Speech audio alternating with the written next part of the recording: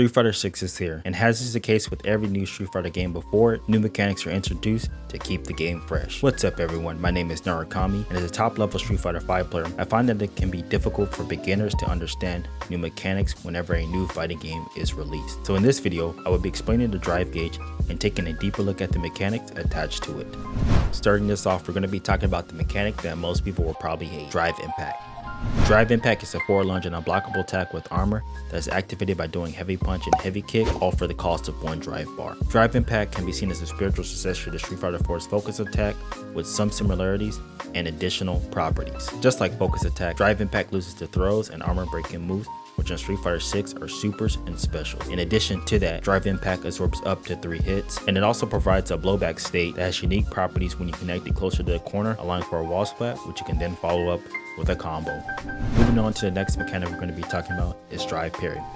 Drive Parry is a black and light state that repels all projectiles in attack regardless of if it's a high or a low. This mechanic is activated by doing medium punch and medium kick and costs a minimum of 0.5 drive bar because it can be held as long as you have your drive gauge, which it will drain. When you successfully parry your attack, you gain drive gauge, but the amount of drive gauge you get is depending on what moves you successfully parry. For reference, fireballs give you the least amount of gauge back, normals give you the second most amount of gauge back, Drive Impact and supers give you the most amount of gauge back. Also, if you don't parry anything, you're put into a recovery state, and in this state you can't tech throw, so if the opponent throws you, it will be considered a punish counter throw, which grants them a hard knockdown. However, you can still block in this state. An important thing to note is that there is an enhanced version of parry called Perfect Parry. This variation of parry is achieved when you successfully parry a move within 1 to 2 frames of your parry attempt. Perfect Parry grants you almost instant recovery and a small amount of invincibility frames, which you can take advantage of to be able to punish your opponent's moves.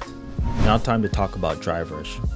Drive Rush is a dash with forward momentum that costs 1 drive bar. This mechanic is done by doing drive parry plus forward, or you can do an alternative method by doing forward plus drive parry, which will make your drive rush come out faster. When doing a drive rush, you can hit a button during your forward momentum, and that normal will have enhanced properties, allowing for block strings and combos that weren't possible to be possible now. Another thing to note is that drive rush can be done off special countable normals, and the same properties apply as if you were doing it neutral, but the cost is higher at 3 bars, but it does open up the possibility of new combos off a single hit converts. Continuing on to the next mechanic that we're going to be talking about, Drive Reversal. Drive Reversal is a strike move that costs 2 drive bars, which can be done during block or parry stun. Drive Reversal is done by doing forward plus heavy punch, heavy kick, and once activated, this mechanic provides strike and throw invincibility while also granting you a knockdown that does recoverable life. Now, although this mechanic is fully invincible, if the strike is blocked, it is highly negative on block, which means that your opponent can punish you with a full combo if they read and block your Drive Reversal attempt. Moving on to the final mechanic we're going to be talking about, Overdrive moves. Overdrive is a mechanic that if you play any Street Fighter games prior to this one, you should be familiar with. It is essentially EX moves, but it's now tied to the drive gauge, which costs 2 bars to do. There isn't any set commands for an overdrive move because it's done by character basis, and it's simply done by hitting 2 buttons whenever you do a special move with that character.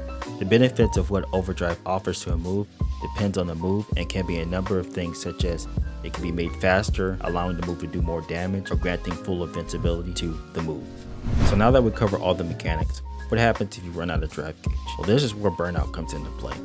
Burnout is a special state that you enter whenever you run out of drive meter. In this state, your drive meter is replaced with a timer, which lasts about 20 seconds when refilled on its own, but you can make it last longer or shorter depending on what happens in the state. For example, if you walk forward, the drive gauge will build up faster compared to if you're blocking, walking back, standing still, or jumping. Also, another thing to note, if you get hit by a level 1 and level 2, the timer slows down. If you get hit by a level 3, the timer stops for a few seconds. Once the timer is up, you immediately gain 6 bars, again ending the state. However, while in this state, you have a number of disadvantages. While in this state, all attacks that are blocked gain additional frame advantage. This means that things that weren't safe now become safe, and in some cases now become plus on block. In addition to that, you also can't use any of the in-game mechanics such as Drive Impact, Drive Rush, and etc. Also, block specials and super moves now cause you to lose a small amount of health, which can lead to chip death. And finally, the biggest thing is if you block or hit by a Drive Impact in the corner, you will be stunned. When you're stunned, you're left in a dazed standing state, allowing your opponent to get a full combo on you, which then ends the Burnout state after you get up from the combo.